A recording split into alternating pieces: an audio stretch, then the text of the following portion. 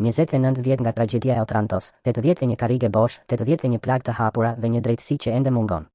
Vlorë, me 81 karrige bosh të vendosura si shenjë kujtese dhe dhimbjeje, Vlora përkujtoi këtë të shtunë 29 vjetorin e tragjedisë së Otrantos, një nga ngjarjet më të rënda dhe më të pashlyeshme në memorien kombëtare shqiptare. Familjar të viktimave, qytetarë dhe përfaqësues vendor u mblodhën buz detit për të nderuar 81 jetët e humbura dhe për të përsëritur të njëjtën thirrje që kumbon prej gati 3 dekadash, drejtësi.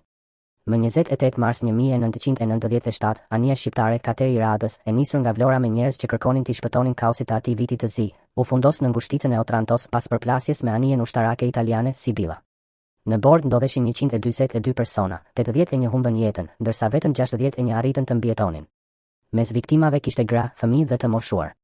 Për shumë familje, ajo ditë nuk ka mbaruar kurrë. Tragjedia e Otrantos nuk është vetëm një bilanc vdekjesh.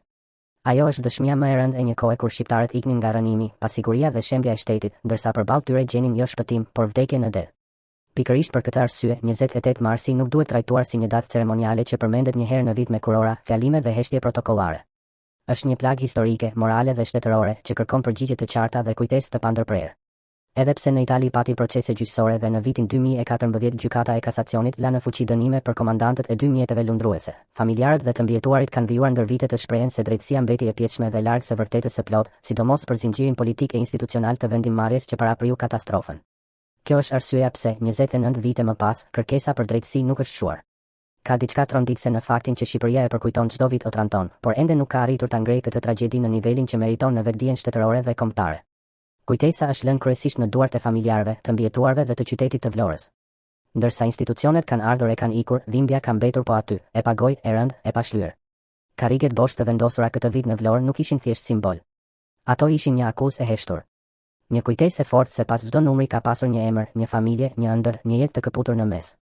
Dhe kur një shtet nuk arrin ta mbajë gjallë me dinjitet kujtesën e viktimave të veta, rrezikon të humbas jo vetëm të shkuarën, por edhe përgjegjësinë ndaj së vërtetës. Në Otranto, relikti i Kateri Radës u kthye vite më parë në monument me titullin La Prodo. Opera Allumanit Migrante, si kujtesë për jetët e humbura në det dhe për dramën e migrimit. Është domethënëse që rënojat e asaj anije u shndërruan në memorial, ndërsa plagët e familjarëve mbetën të hapura.